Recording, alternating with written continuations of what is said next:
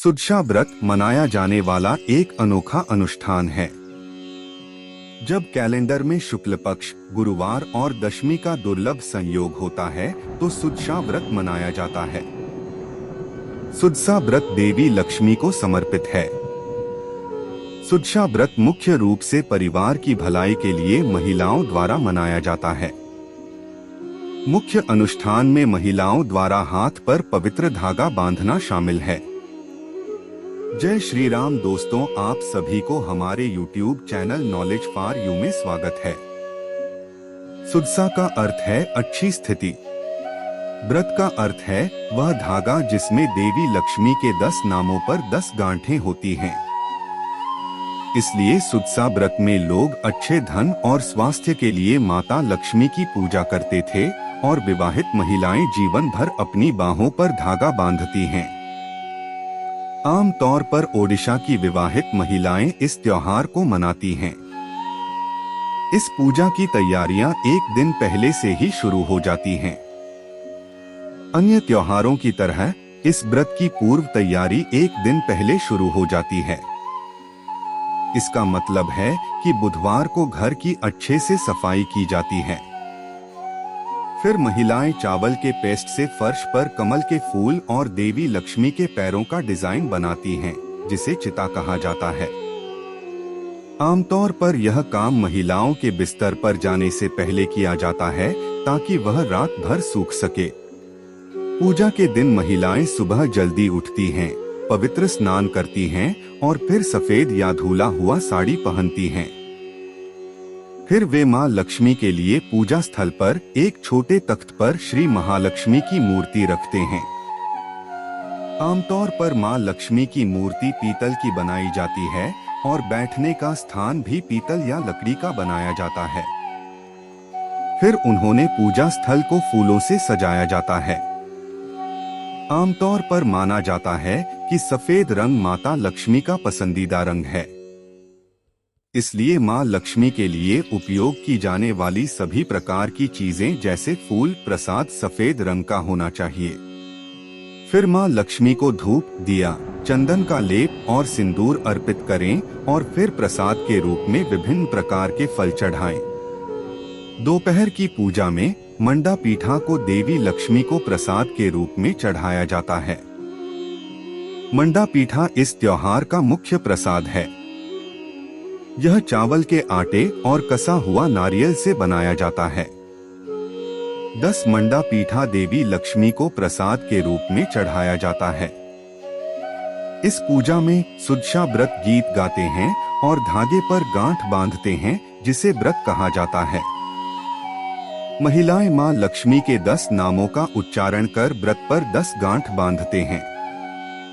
प्रथम गांठ श्री लक्ष्मी नारायणी, दूसरी गांठ श्री कमलिनी, तीसरी गांठ श्री हरि प्रिया, चतुर्थ गांठ श्री पद्मालया, पांचवी गांठ श्री कमला, छठी गांठ श्री चंचला, सातवीं गांठ श्री भिघ्नसेनी, आठवीं गांठ श्री सिंधुर धुलनी, नौवीं गांठ श्री धुर्गथी नाशिनी, 10वीं गांठ श्री विष्णु विष्णु पटरानी। व्रत में 10 गांठ बांधने के बाद महिलाएं पूजा करते हैं, देवी को प्रसाद चढ़ाते हैं। फिर महिलाएं बाहों पर व्रत बांधते हैं और माता लक्ष्मी और परिवार के बुजुर्गों का आशीर्वाद लेते हैं। शाम की पूजा में छेना पना को देवी को प्रसाद के रूप में चढ़ाया जाता है और दिन की पूजा पूरी की जाती है। इस व्रत में जो महिलाएं इसे रखती हैं, वे पूरे दिन उपवास रखती हैं, केवल 10 मंडा पीठा खाती हैं, जो देवी लक्ष्मी को प्रसाद के रूप में चढ़ाया जाता है। मंडा पीठा इस त्योहार का मुख्य प्रसाद है।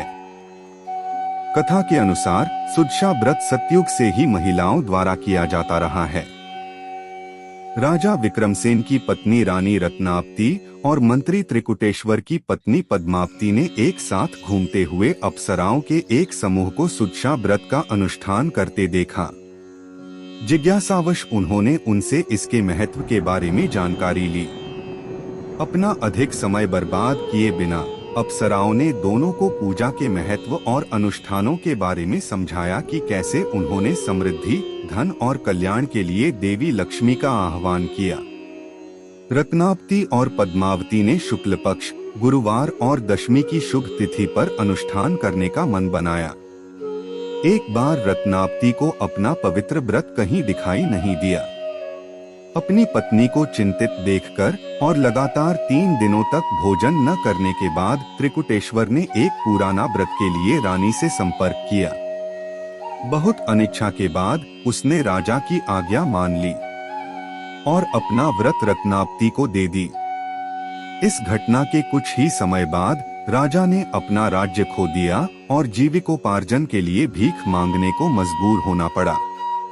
इस जोड़े ने एक व्यापारी के घर पर छोटी मोटी नौकरियां की। जहां राजा खेती में मदद करता था, वहीं रानी घर के कामों में काम करती थी। एक बार जब राजा खेत में रहने वाले व्यापारी के लिए भोजन ले जा रहा था, तो आश्चर्यजनक रूप से उसने देखा कि भोजन गायब हो गया है। इससे व्यापारी को एहसास हुआ कि राजा को श्राप मिला है।